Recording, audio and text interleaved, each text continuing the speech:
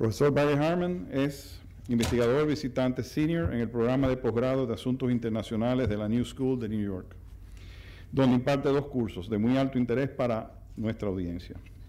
Uno de los cursos es sobre finanzas públicas y la deuda soberana, y el otro es sobre finanzas inclusivas, en otras palabras, sobre servicios financieros para los pobres, para los excluidos, la inclusividad.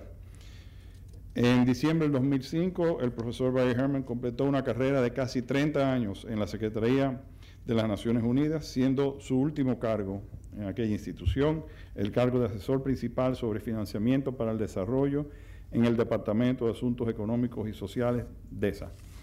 En la actualidad, el profesor Harmon colabora con el Departamento de Asuntos Económicos y Sociales de ESA, de Naciones Unidas, y con el PNUD, el Programa de Naciones Unidas para el Desarrollo, en el informe del 2012 del Grupo de Trabajo sobre la brecha de los Objetivos del Milenio. Proyecto que sintetiza la labor de 34 agencias internacionales que supervisan la implementación del objetivo número 8, que es el de fomentar una asociación mundial para el desarrollo. El profesor Harmon se desempeña como presidente de la Junta Consultiva de una organización no gubernamental, ONG, de reflexión, o think tank, como le llaman en Estados Unidos, llamado Social Justice and Global Development, que traducido al castellano quiere decir Justicia Social para el Desarrollo Global. Fue miembro fundador de la Junta Directiva de Global Integrity, o Integridad Global en castellano. Fue un proveedor independiente de investigación y de técnicas para los investigadores en materia de transparencia gubernamental y de rendición de cuentas, del cual se retiró a finales del 2011. El profesor publicó su último libro, el último libro del profesor, coeditado con José Antonio Campo y Shari Spiegel, es Overcoming Development Country Debt Crisis, superando las crisis de la deuda de los países en desarrollo. Antes de incorporarse a las Naciones Unidas, el profesor Harmon fue profesor de Desarrollo y Economía Internacional. Tiene un doctorado PhD de la Universidad de Michigan y una maestría en Administración de Empresa, MBA de la Universidad de Chicago. El profesor Harmon nos hablará sobre una parte crítica de la arquitectura financiera internacional que se evidencia en la ausencia de un mecanismo internacional a través del cual los países con crisis de deuda soberana pueden obtener información oportuna y eficaz y acuerdos justos para mitigar los efectos inmediatos de la amortización de su deuda y que los encaminen a esos países hacia asumir una deuda pública sostenible y coherente con su desarrollo. Harmon plantea que un intento de adoptar ese mecanismo cobró algún impulso político en el FMI, en el Fondo Monetario Internacional, hace pocos años, entre el 2001 y 2003, pero fue abortado debido a los intereses de los acreedores y a los deudores soberanos, sobre todo por temor a las perturbaciones que encontrarían al acceder a los mercados internacionales de capitales.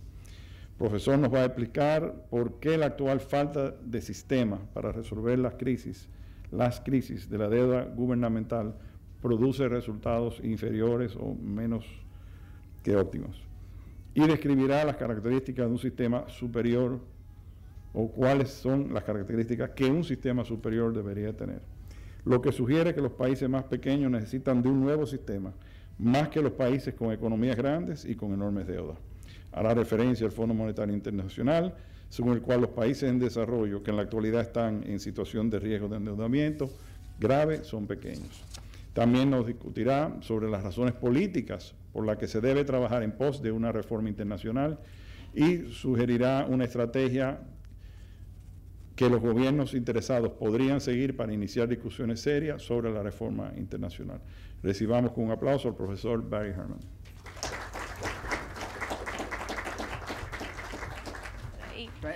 Les agradezco a todos por haberme invitado acá y voy a tratar de involucrarlos, quizás hasta entretenerlos, aunque realmente no es una historia graciosa la que yo voy a estar contando. Y de nuevo, estoy muy agradecido de estar acá y incluso en mi hotel yo tengo lo que son unas bolillas para limpiar los zapatos y yo los probé. Mis zapatos nunca han estado tan brillosos, eso es por ustedes, así que, bueno, ya entrando en materia. La primera cosa que uno se debe de preguntar es ¿por qué esto y por qué ahora? Yo lo que voy a proponerles que el mundo necesita un mecanismo internacional para lidiar con lo que son las crisis de insolvencia de los gobiernos. Y por esto es que vamos a estar resolviendo lo que son la deuda soberana. Entonces, ¿por qué estoy hablando de esto? Bueno, una razón es porque, bueno, Carrie Stevanshaw me pidió a mí que viniera originalmente y, bueno, de aquí vamos a hablar. Uno de mis problemas era que yo estaba involucrado en muchas cosas, así que le di una lista y esto fue lo que ella me dijo. Pero hay una buena razón por la cual debemos de hablar de esto ahora. Lo que es la crisis de deuda europea. Y nosotros vemos acá que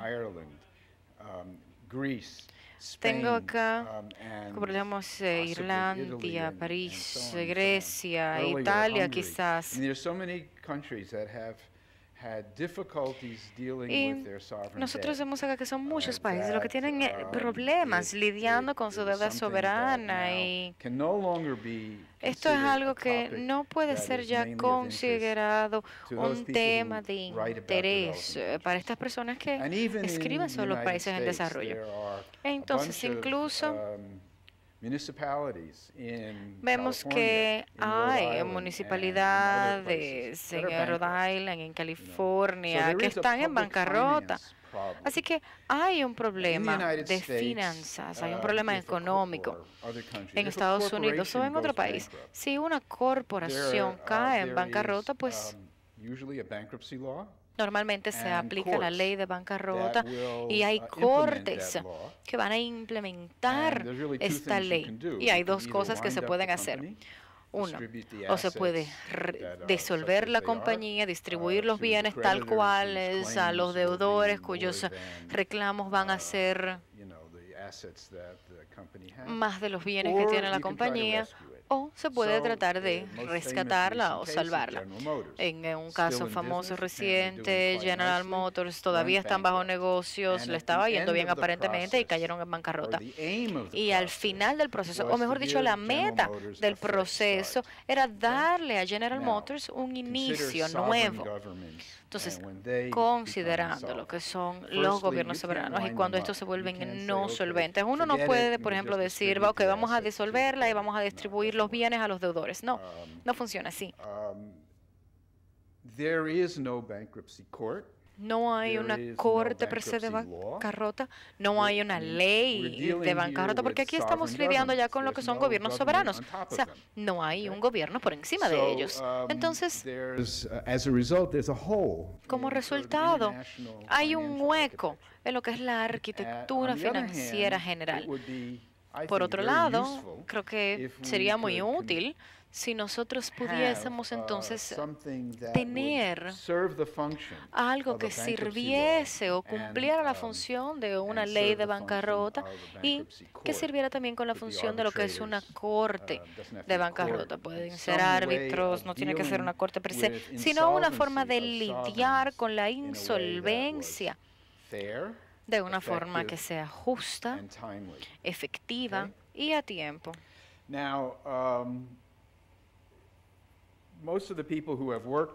Entonces, las personas con las que he trabajado en los años recientes han sido de sociedad civil, académicos, pero como ustedes saben, hace más de 100 años, en el 1907 para ser exactos, como parte de las negociaciones de los tratados, hubo un acuerdo en el que en vez de enviar barcos de armamentos a Venezuela, de cobrar lo que eran impuestos de aduana, que no harían entonces estas cosas, que tratarían entonces de resolver lo que era las deudas soberanas a través del arbitraje. Creo que entonces se puede decir que hubo ciertos casos de arbitraje, pero no se volvió una práctica estándar Entonces, también hubo lo que fue la Conferencia Panamericana de Montevideo en el 73 para tratar de resolver lo que era el conflicto de deuda soberana, pero no hubo un acuerdo.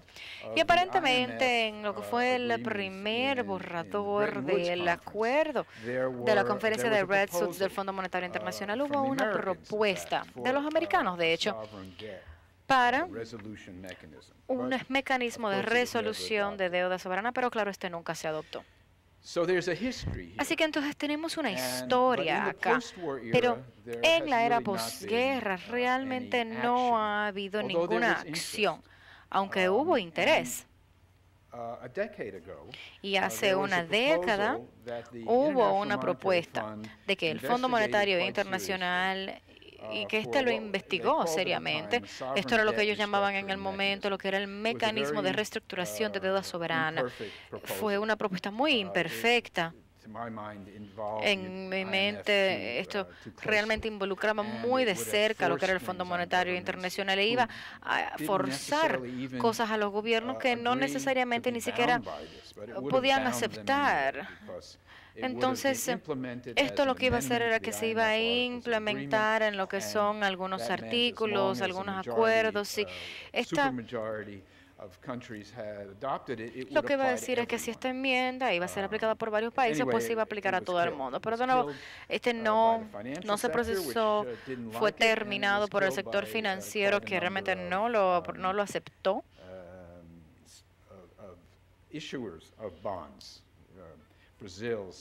Por varios países, Brasil, Sudáfrica, México, estaban opuestos a esto porque pensaban realmente que iba a incrementar el curso de préstamos si teníamos un proceso como tal.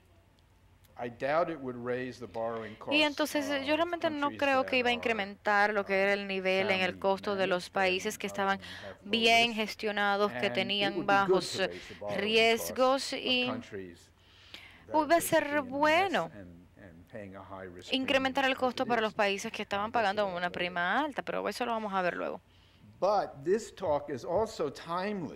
Pero esta charla también es importante porque muchos gobiernos están nuevamente interesados en algún tipo de mecanismo de resolución de deuda. Yo participé en una reunión hace un año en Berlín, realizada por lo que fue el Ministerio de Desarrollo sobre los mecanismos de resolución de deuda soberana, y el secretario de Estado cerró la reunión. Bueno, la reunión estaba haciéndose, pero entonces ya para el reporte de la reunión, ella incluyó su declaración y dijo, a pesar de todas las dificultades, es importante ser y abogar por lo que es la creación de un mecanismo de trabajo de deuda internacional. Eso fue el gobierno. Ahora, durante esta semana, lo que fueron los demócratas socialistas en Alemania, ellos dijeron en el reporte en el que dijeron que si a ellos los elegían en las próximas elecciones en Alemania, ellos iban entonces a crear lo que era un mecanismo de resolución de deuda soberana para los países miembros de la Unión Europea. Entonces, no es solo dentro de la Unión Europea. Suiza, el último octubre, adoptó lo que fue una resolución parlamentaria pidiéndole al gobierno ver lo que es la creación de un mecanismo de resolución de deuda soberana. Y yo sé que Noruega también está interesada en lo mismo. Ahora, ustedes pensarían que el sector privado nuevamente se opondrían y si se llegara a hablar en serio, pues lo cancelaran. Pero bueno, déjenme decirles que yo estuve en otra reunión en mayo, organizada por una institución canadiense, que es el Centro para Innovación Nacional, que está cerca de lo que es el gobierno canadiense. Así que las iniciativas que ellos toman son de interés para el gobierno. Ellos tuvieron una reunión en Nueva York, en las Naciones Unidas, y en esta reunión entonces invitaron lo que fueron inversionistas de mercados, abogados, académicos, incluyendo a Anne Krieger, que ahora es académico, solía antes ser lo que era el director del Fondo Monetario Internacional y fue uno de los proponientes de lo que era el mecanismo de resolución de deudas. Algunas personas de también instituciones nacionales e internacionales, y yo estaba sorprendido de que la experiencia griega fue algo tan sorprendente para los inversionistas privados que ellos dijeron, bueno, y algunos realmente, no voy a identificar quiénes, pero ellos dijeron, bueno, quizás nosotros tenemos que ver esto, porque realmente en Grecia fue un desastre. Y bueno, vamos a iniciar. Todo esto fue el preámbulo para decirles que hay una razón para hacer todo esto, sí. Déjame ver. Bien. Voy entonces a estar presentando 3 temas. Situación actual. Les voy a hacer unas historias sobre la naturaleza de la dificultad de la deuda. Y para decir algo sobre el proceso que se ha utilizado para resolver lo que es la crisis de deuda, porque se resuelven. Yo lo que no digo es que se resuelven de una forma necesariamente justa, efectiva o a tiempo. Por ejemplo, Argentina todavía no ha resuelto sus dificultades con los deudores del gobierno. Y eso también lo vamos a ver luego.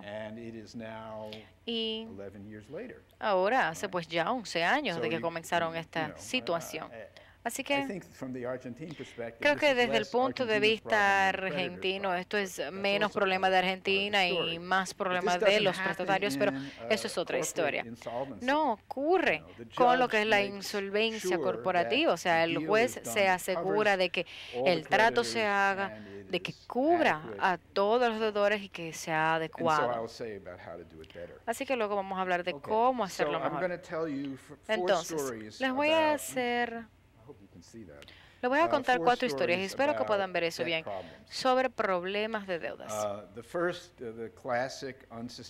El primero son las situaciones fiscales clásicas e insostenibles. Lo segundo es sobre qué ocurre cuando un gobierno nacionaliza las obligaciones de sus bancos. En tercero, entonces, uno puede ver razones de comunicación general en los mercados emergentes, pero todavía hay una cantidad de países que son muy vulnerables y otros que están en crisis. Pero vamos a comenzar con Grecia. ¿Lo pueden ver? Okay. Y bueno, la forma en que tenemos que analizar la deuda gubernamental es ver los presupuestos del gobierno, ver los excedentes, los déficits. Y claro, cuando tenemos déficits, la forma en que se cubre un déficit es que se presta y ese se suma a la deuda. Entonces, acá tenemos a Grecia. Okay, so here's Greece from the early 90s Entonces, acá up till 2009, okay? Tenemos a Grecia desde inicio de los 90 a 2009. Y vemos acá que arriba tenemos lo que es un equilibrio y acá lo que vemos es que tenemos acá lo que son las ganancias, los impuestos, y se restan a esto lo que son los gastos. En el caso de Grecia, y en el caso de Grecia tenemos acá lo que es un excedente primario entre 2 y 4% de lo que era el Producto Interno Bruto y en la mayoría de los 90. Entonces, este no es el déficit, porque no tenemos los pagos de los intereses, pero cuando tenemos los intereses, entonces tenemos ya el déficit completo. Y lo que ustedes ven acá es que en el inicio, el saldo de capital principal era 0 y el déficit completo era el 12% del Producto Interno Bruto, o sea, estaba pagando el 12% como interés en su deuda. Ahora, ven entonces que con el tiempo el déficit se va reduciendo, o sea, va reduciendo en números negativos y lo que es entonces el principal se mantiene igual. ¿Qué ocurre? Que están pagando menos interés. ¿Y por qué están pagando menos interés? Porque van a unirse a lo que es, ellos van a hacer el euro su moneda. Y entonces esto incrementa lo que es la confianza en los prestatarios. Bien. Entonces, se unen al euro. Y este saldo principal pues comienza a disminuirse lo que es el saldo de capital y entonces en vez de ser un excedente se vuelve un déficit. Así que ya no están cubriendo sus gastos con su generación de impuestos, sino que tienen que prestar o tomar dinero prestado para cubrir sus gastos regulares. Y este se reduce más o menos al 3% del Producto Interno Bruto. Tenemos acá el 2008, donde todo se desmorona. Y estamos ahora mismo en una situación en la que el saldo principal se deteriora. Y esto es un problema. Vemos acá.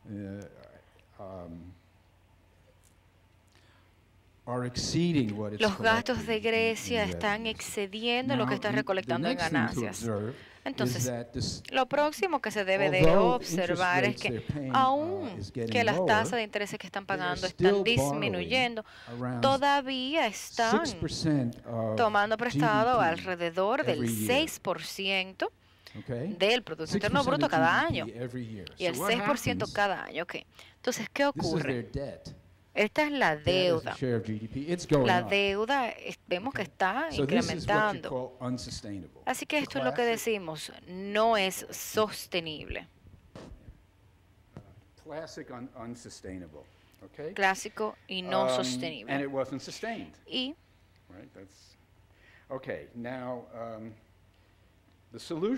entonces, la solución, de acuerdo a los europeos, es que, bueno, pues tienen entonces que reducir sus gastos e incrementar la entrada de impuestos. Así que esto es lo que ocurrió.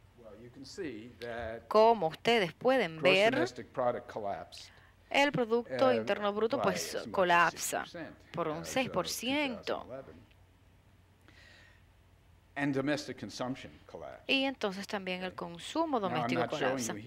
Entonces, estoy mostrando acá otras cosas. Yo sé que de lo que son personas en Europa que el dinero ha estado saliendo de Grecia. Y hay griegos que están comprando propiedades en Alemania.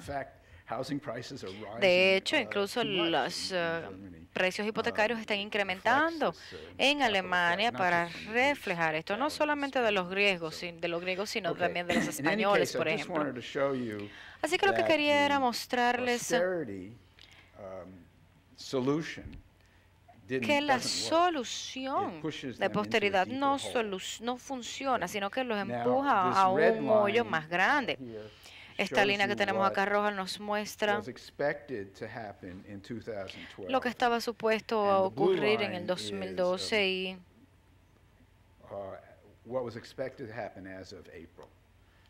y vemos acá lo que ocurre en abril.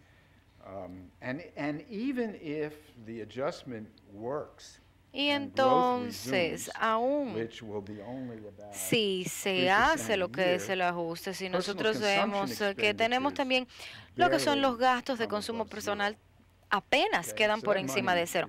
Así que este dinero no estará ayudando tampoco a la mayoría de las personas. Así que este es el problema clásico de deuda insostenible de los gobiernos. Vamos entonces al caso de Irlanda, otro caso diferente. Podemos ver que el déficit irlandés, y ahora vemos acá el general, que a veces es positivo, a veces es negativo. En este caso, el déficit está como un número positivo.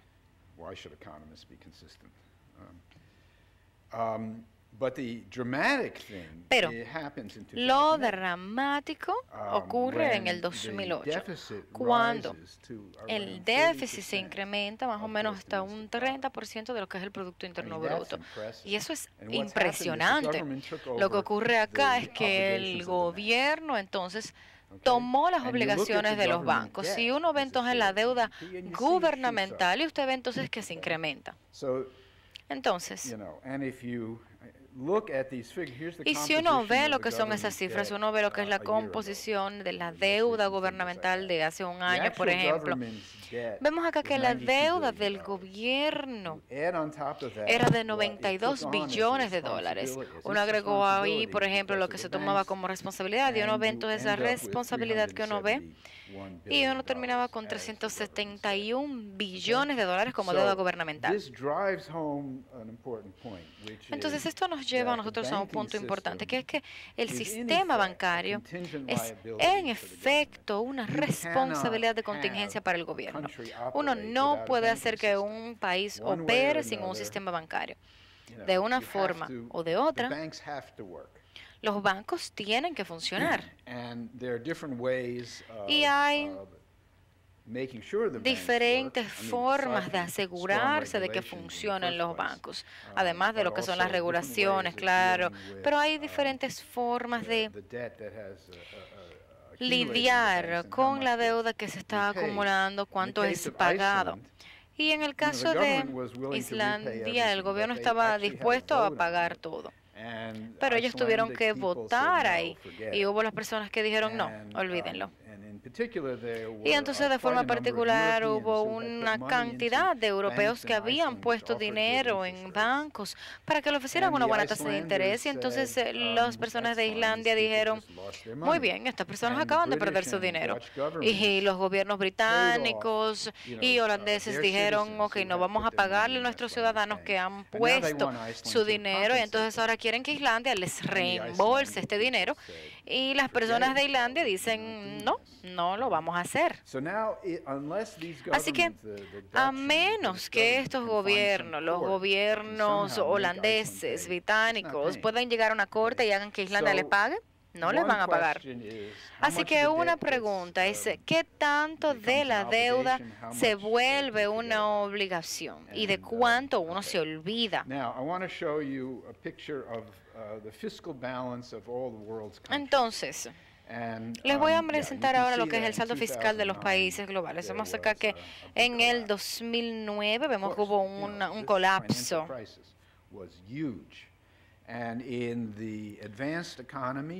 Y vemos acá en la economía, vemos que el déficit promedio llegó a lo que fue un 9% del Producto Interno Bruto. En los países en desarrollo no cayó tanto, cayó como a un 4%. Y luego los déficits se volvieron más pequeños. Pero si vemos acá la cifra que está en el lado izquierdo, esto nos presenta a nosotros lo que es la deuda, y ha incrementado de forma dramática para los países en desarrollo, pero para los países desarrollados no tanto. Hubo este cambio en el 2009, 2010, pero básicamente estos países no están tomando prestado en la misma cantidad que los países desarrollados.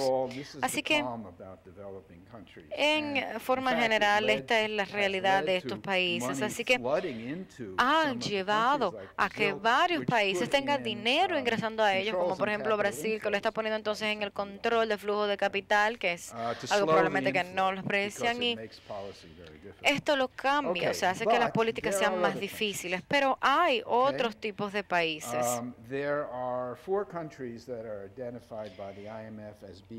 Entonces, vemos acá lo que son los diferentes puntos. Nosotros vemos acá que Cote d'Ivoire va a salir de esta lista porque ellos hicieron lo que fue un trabajo de la deuda y pues están terminando en esto, pero los demás no están cubriendo sus deudas. Entonces, nosotros vemos acá que tenemos otro grupo de países que, según se ve acá, están en alto estrés de deuda. ¿Qué significa esto? Que para países de bajos ingresos, los fondos en el banco tienen una serie de parámetros. Y nosotros vemos que si un país excede lo que son sus parámetros, se considera que es un país de alto riesgo. Por ejemplo, Haití está en esta lista. Haití no excede los presupuestos, pero el ejercicio que están haciendo en el banco, pues saca el país por 20 años. Y entonces, y ellos dicen que por lo que ellos llaman, o lo que ellos dicen que son las proyecciones de base, lo que es el escenario que va a ocurrir, ellos entienden que en las proyecciones Haití va a exceder lo que son los parámetros en lo que es la deuda y propuesta o versión de exportación. Así que, a pesar de haber recibido una gran cantidad de insumos para resolver la deuda, pues están en una situación difícil todavía, al igual que otros países. Tenemos otro grupo. Entonces, los países con un riesgo moderado de estrés de deudas. Entonces, vemos acá que son ejercicios adicionales para ver cómo nuestros países podrían trabajar si hay algo que ocurre y que no fuera la proyección principal. Y si estos crecen de la forma en que históricamente iban creciendo, o si hay una evaluación, etc. Todos estos países exceden sus parámetros por al menos uno de los escenarios alternativos. Y esto es más de 20 países. Así que, como saben, hay países que están en riesgo. Bien. Entonces, nosotros lo que asumimos es que en varios países que están en desarrollo, principalmente lo que son los pequeños, incluyendo los países de ingreso medio como en el Caribe, vemos acá que tenemos países como las Granadinas, Granada, o sea, tenemos varios países además de Haití. No la República Dominicana está en este grupo, pero vemos cómo se trata la deuda.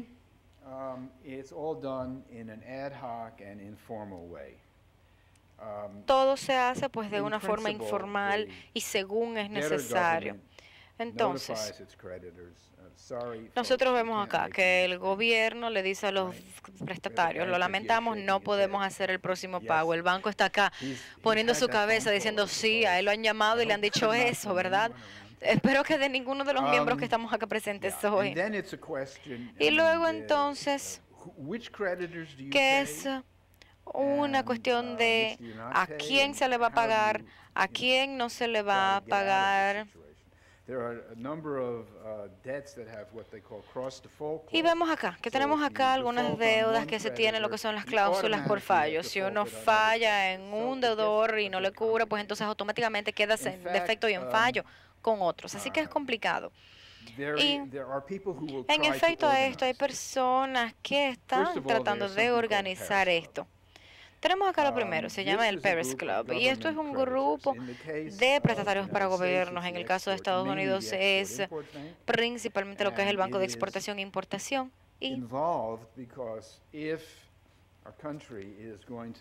esto habla porque si un país, vamos a decir, decide importar aviones, entonces hace acuerdos con Citibank para que les preste el dinero y estos van a recibir entonces una garantía de lo que es el Banco de Importación y Exportación de estadounidense, que si este prestatario falla, entonces el gobierno va a tomar la deuda.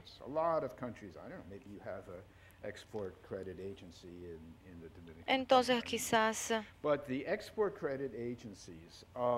vemos acá que lo que son las agencias de lo que es el país si cumplen.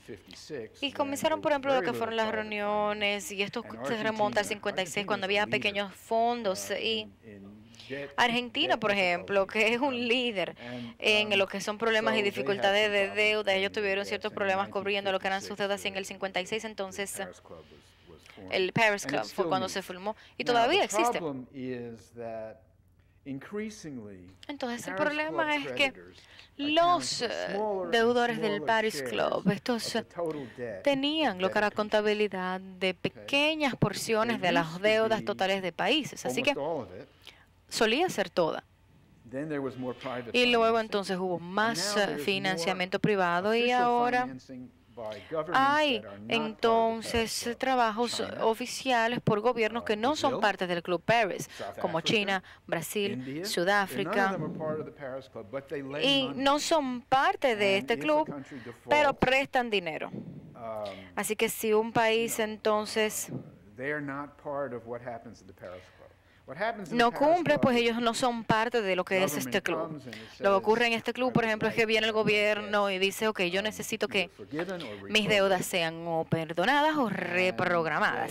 Y ellos dicen, bueno, nosotros no perdonamos deudas, pero podemos entonces reprogramarlas y permitirle atrasar pago, que cubra solo intereses, para la mayoría de los países.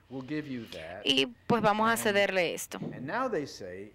Y ahora entonces, ellos tienen esto, ahora se llama el acuerdo Evian. Ellos llegaron a esto en un pueblecito que se llama Evian en Francia, con buena agua, ¿verdad? Y lo que ellos dijeron fue, ok, nosotros vamos a crear lo que es el estándar que todo el mundo debe de seguir. Nosotros le vamos a crear lo que es un trato y ustedes van a compararlo con los otros deudores, ya sean oficiales y privados. Pero claro, nosotros asumimos que no hay una reducción en pagos o incluso reagenda de los pagos al Fondo Monetario Internacional o a ninguna de las otras instituciones. A veces esto funciona y ha funcionado para las Seychelles, que son unas islas pequeñas en el Océano Índico, creo que en las costas de Mozambique.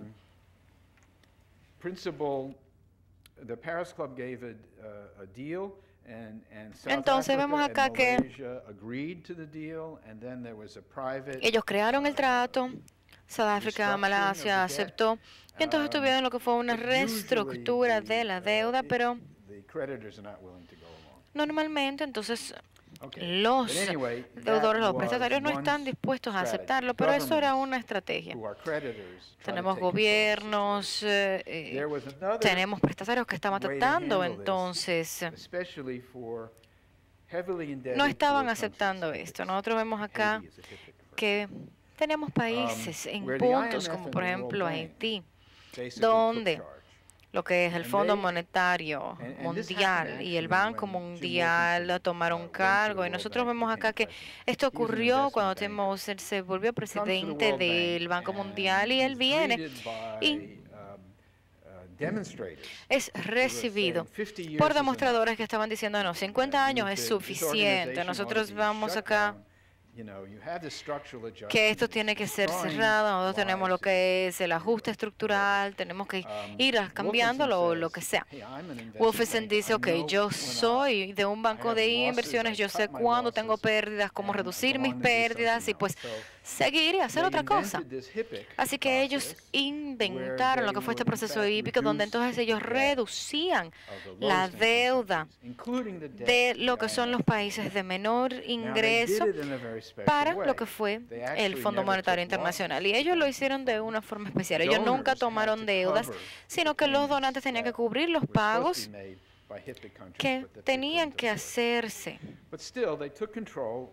Pero, de todas formas, tomaron control y estaban supuestos entonces a crear lo que era un trabajo. O sea, no había tanto crédito privado, sino que era principalmente gobiernos individuales, instituciones multilaterales y estos estaban tratando de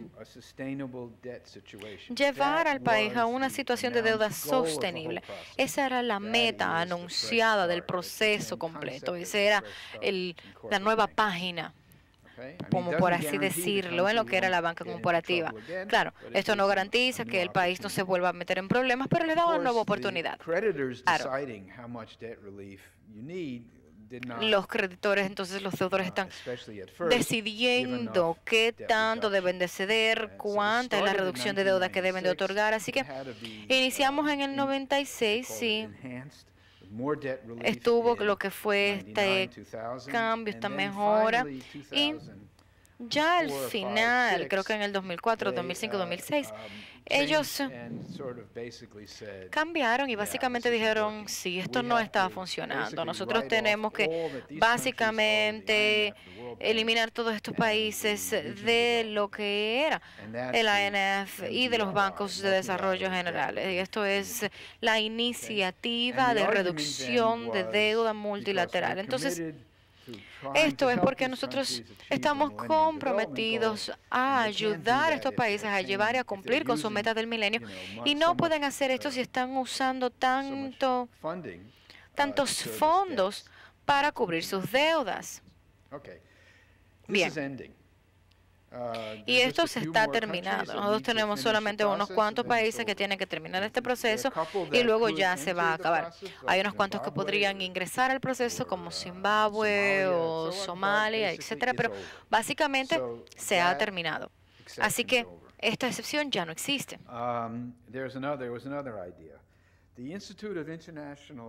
Y se creó otra idea.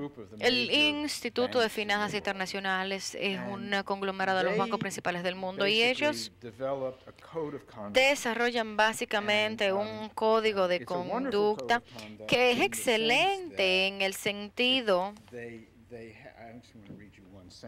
y les voy a leer una parte que dice, en preámbulo del código, esto es lo que dice.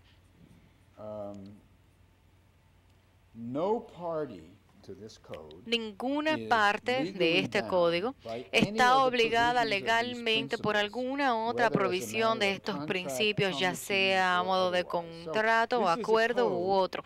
Así que esto es un código que, como ustedes saben, bueno, estos son buenos principios. Los gobiernos deberían de llevarse de estos, pero nosotros no nos tenemos que estar obligados por estos. Así que, como ustedes se imaginan, lógicamente, el código favorece a los acreedores. Y hay buenas cosas en el código, no quiero ser negativo completamente. Hay ideas sobre compartir información y lo único que yo agregaría es que esta información debería de ser compartida con los diferentes puntos del país. No solamente debe de ser de los acreedores para saber a quién o cuánto debe el país y para cuándo. También hay ciertas expectativas no realistas, porque lo que ellos le dicen a los países es que usted le dicen, ok, usted hace esto y usted va a ser un buen deudor aún si tiene dificultades, pero cuando ustedes tengan problemas, nosotros vamos a mantener dinero fluyendo hacia ustedes, pero recuerden, ellos no están obligados. Esto es solamente, es más o menos como una promesa, como una indicación o algo así. Así que este código claramente no refleja el interés de todos los países. Es muy parcializado y realmente no creo que... Vemos acá, quienes lo proponen, los banqueros dicen que está funcionando este código, pero bueno, quizás en algunos casos sí. Algo más entonces también que nosotros tenemos que tomar en cuenta. A veces los deudores pueden, es que les vaya bien, ellos pueden trabajar el sistema muy bien. Nosotros vemos que Argentina lo hizo de muy buena forma y realmente Argentina tuvo un periodo muy difícil.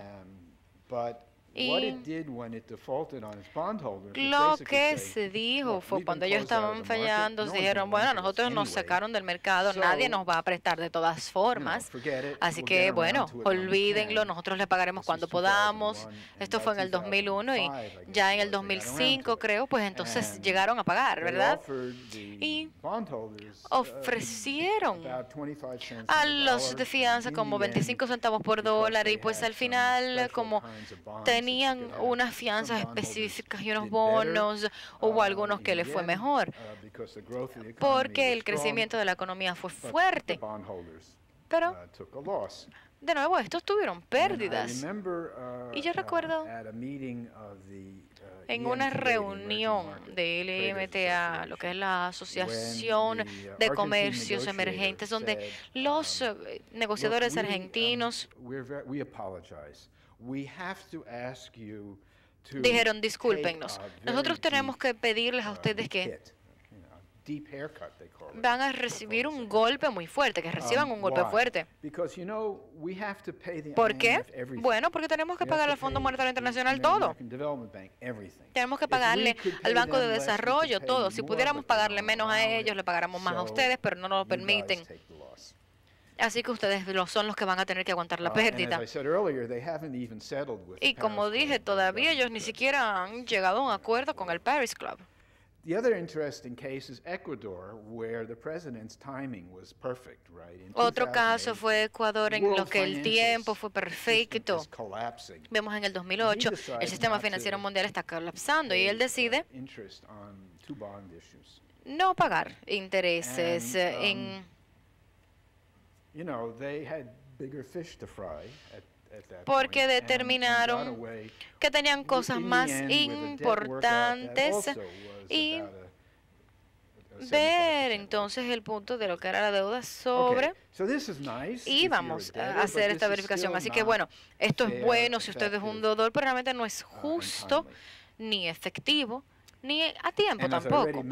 Y como yo mencioné también, la situación griega realmente molestó a lo que fue el sector privado y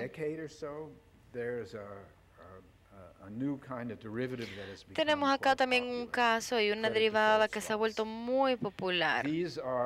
Esto son seguros contra lo que es el fallo. Y vemos acá que si usted sigue lo que es la crisis financiera, no hay ninguna regulación de este mercado. Entonces uno puede ver acá lo que son cambios de créditos contra corporaciones, uno puede tener seguridades. Y si hay lo que es un instrumento financiero que es un peligro, pues es este definitivamente. Así que, claro, hubo fallos, hubo cláusulas que se escribieron contra lo que era fallo de crédito contra Grecia, pero acá lo que se dice es que solamente se tiene que pagar si el gobierno falla. Entonces, ¿qué hicieron en Grecia? Y los gobiernos europeos en particularmente dijeron, no, nosotros no nos vamos a retirar, nosotros vamos a tener un intercambio voluntario. Es voluntario, no hay retiro. Lo único es que esto significaba que los acreedores tenían que tener una pérdida del 75% en sus inversiones. Y de forma voluntaria hicieron esto, por lo menos un porcentaje de ellos, la mayoría.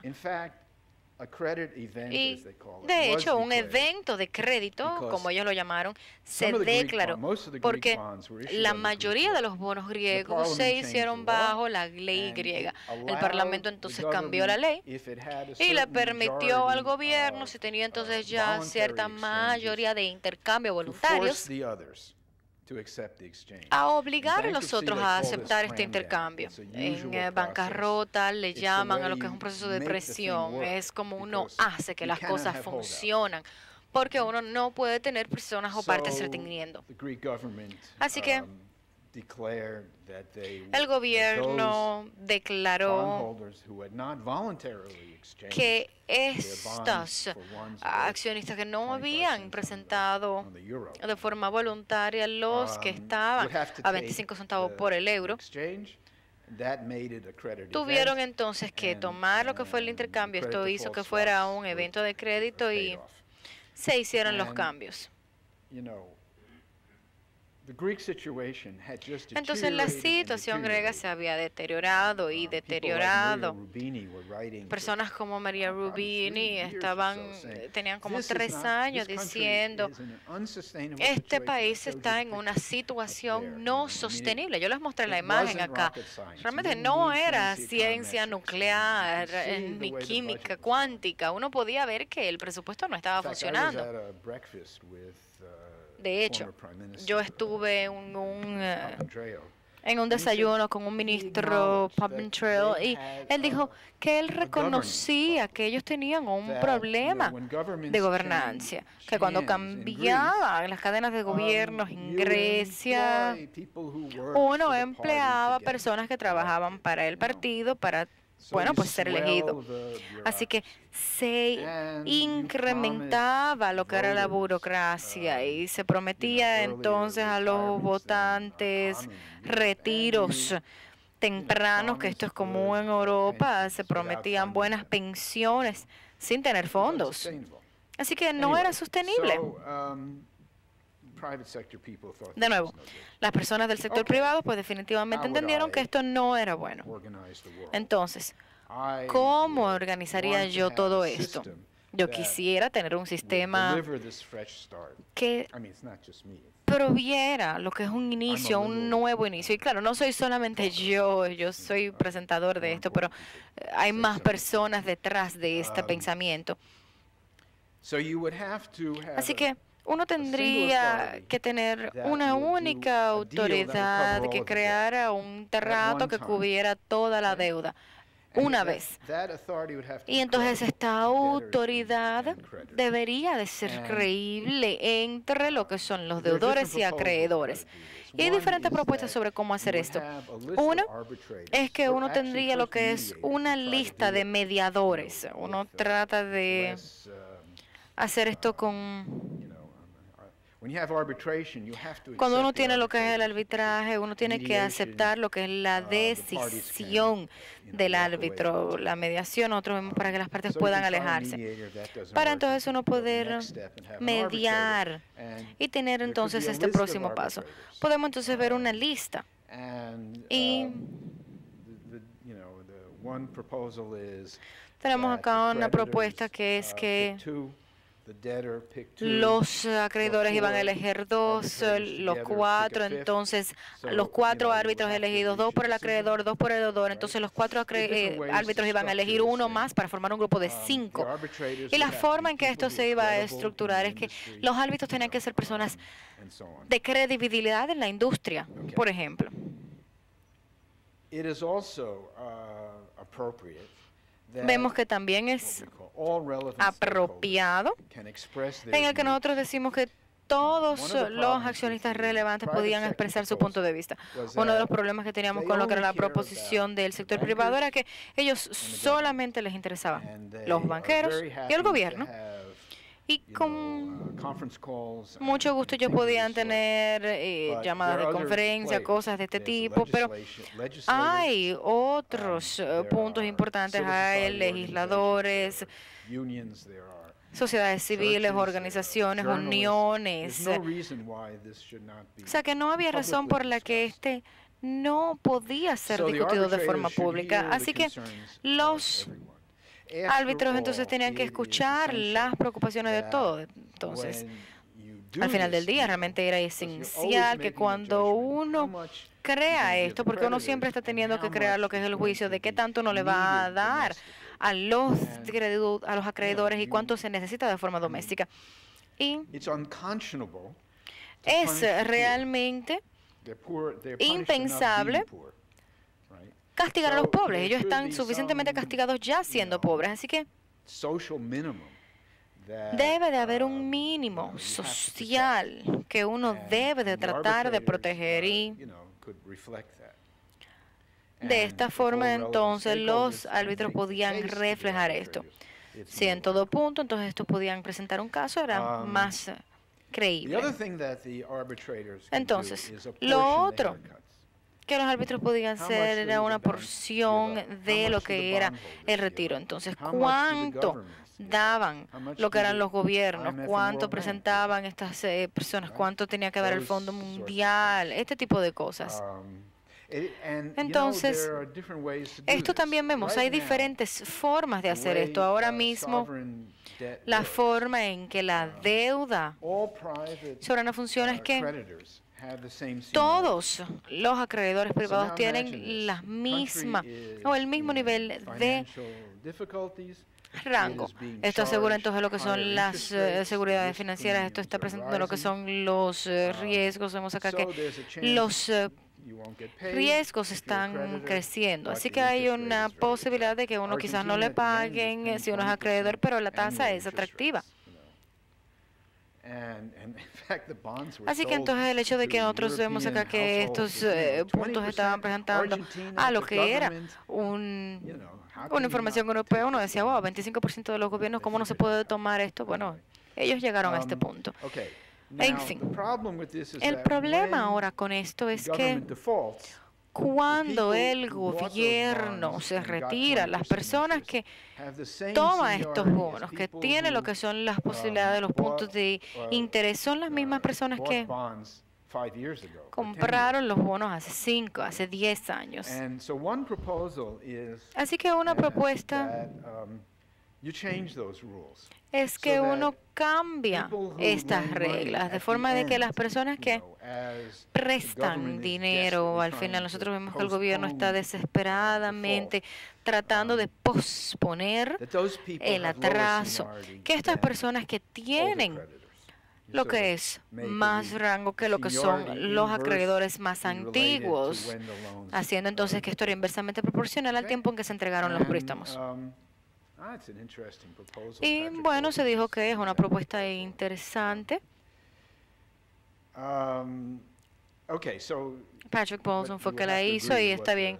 Uno pues tiene que aceptar, entender cuáles eran las reglas y luego entonces ya el árbitro iba a ubicar, a entregar los créditos y se podía hacer entonces de forma rápida. No había motivos tampoco para pues alargar o extender el proceso. Entonces luego había algo más y de hecho esto era muy importante en el caso de Argentina, donde tenemos acá algunos acreedores que estaban tratando de recuperar el valor completo. Ellos iban a la corte y decían, yo tengo un contrato que dice que ellos me tienen que pagar. Ahora, el problema es que el deudor es un gobierno y en el caso de Argentina ellos habían privatizado todo. Así que ya no quedaba más nada que no fuera propiedad diplomática. Así que no había nada que adendar acá. Sí.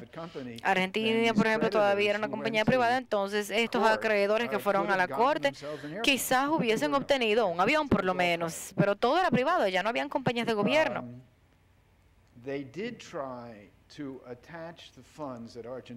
Ellos sí trataron de anexar los fondos que Argentina iba a pagar.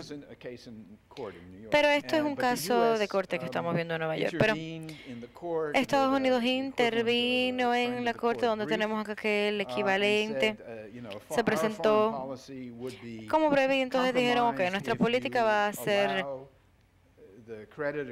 cumplida o si ustedes permiten a los acreedores que tomen este dinero que va dirigido al Fondo Monetario Internacional y lo captan para ustedes, porque no había duda, Argentina debía el dinero, realmente había un contrato, ¿verdad? Pero lo que decimos es que sí había un acuerdo con un proceso de arbitraje, con alguna parte donde se decía que esto estaba siendo manejado. Entonces los gobiernos podían intervenir en las cortes, en los centros financieros principales para hacer esto y convencer a los jueces no presentarse a favor de los acreedores. Entonces, por último,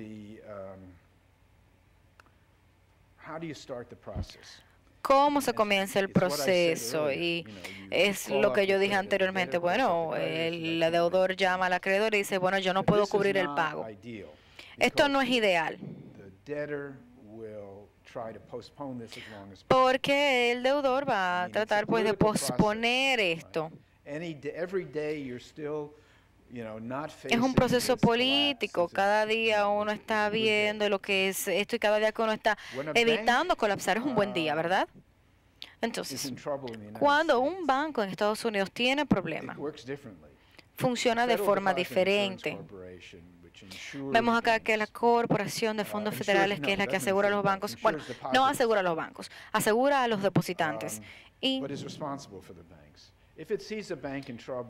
si ve, por ejemplo, al banco teniendo problemas y va, dice el banco, mira, ustedes tienen problemas, vamos a tratar de buscarle un socio con quien puedan hacer una mergión, una unión de compañías para que ustedes puedan entonces funcionar. Si esto no funciona, entonces al final lo que hacen es que vienen, luego de que el banco cierra, vamos a decir el viernes en la tarde, y se toman del banco, se apoderan, y el lunes abren y ya está bajo control gubernamental. Esto es una forma de cómo tratar de no asustar a los depositantes, a los clientes y tratar de operar el sistema sin problemas, porque no podemos olvidar, los bancos son necesarios. Claro, nosotros no tenemos nada parecido a esto y yo no conozco de ninguna forma. Así que no creo que sea óptimo para nosotros, pero de nuevo no sé tampoco que sea viable. ¿Qué entonces se hace en el futuro? Y ya estamos llegando al final. A través de la historia, los soberanos pues se han atrasado. Esto llega a lo que es el punto de la Grecia clásica, donde se debía dinero de los templos a las municipalidades. Incluye la Europa medieval, donde los reyes tomaban prestado y luego no pagaban, donde los reyes británicos tomaban prestados de los bancos en Florencia y luego no pagaban. Usualmente esto era un problema para los banqueros y hubo algunos reyes franceses que tenían un ángulo diferente. Ellos los mataban, le tomaban el dinero prestado y los mataban. Así que me imagino que no se podían quejar, ¿verdad? Pero esto es un problema que siempre vamos a tener con nosotros. Irlanda se consideró que no tuvo una mala gestión, tuvo lo que era una burbuja hipotecaria, pero no tuvo una crisis de deuda, pues hasta que la tuvo.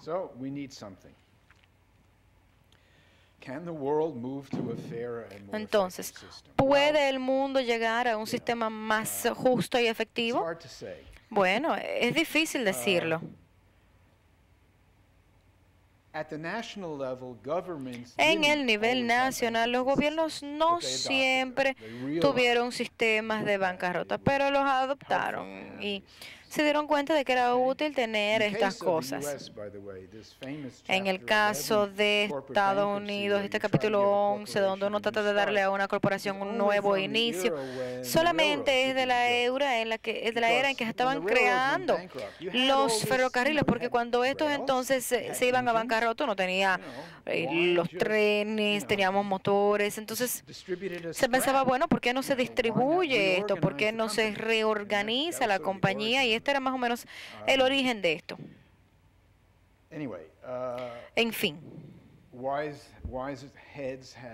porque las personas, algunos han podido crearse estas políticas. Sí, yo diría que el sector financiero es demasiado poderoso, aunque hubo una crisis después de la otra. No puede hacernos confiar sobremanera sobre las cosas. O sea, las personas están comenzando a ir a la cárcel. Grandes banqueros, sí. Quizás en cierto punto, pues este esfuerzo de disminuir, de crear regulaciones, va a llegar a un punto, a un resultado. Entonces, nosotros vemos acá, tenemos lo que son los diferentes gobiernos, Suizo, Noruega, están interesados, sí. is something that worked in, Lo que creo has been que working in an area that is called innovative sources of financing. vemos acá lo que se llama un área de innovación para lo que son los desarrollos financieros. Y hay un grupo de países llamado lo que son los países de innovación para el desarrollo. De forma original, nosotros vemos que eran los presidentes originalmente de Brasil y Francia, Lula y Chirac. Y luego Chile y España se unieron y luego Alemania, entre otros. Y tuvieron esta idea de que, no podemos tener un acuerdo global sobre fuentes adicionales de desarrollo. Vamos a hacerlo nosotros mismos entonces. Y una de las cosas entonces que ellos inventaron fue un tax, un impuesto de pasajero, o si uno vuela a Francia, o bueno, cuando sales de Francia realmente, se paga un impuesto en tu ticket, en tu pasaje. Es un impuesto bien modesto si te sientas en económica y es un poco más grande si te vas en primera clase. Pero bueno, vas en primera clase, así que creo que no te importaría, ¿verdad? Y este dinero entonces se cobró, creo que en 19 países, no, disculpen, en 9 países hasta ahora. Y este dinero va a una organización llamada Unidad 8 y lo que esta hace es que compra medicamentos en grupos grandes para VIH, malaria y tuberculosis. Así que uno tiene un impuesto acordado por una cantidad limitada de países que ellos iban a imponer en conjunto y uno tiene un uso acordado también. Así que es posible, esto se puede hacer.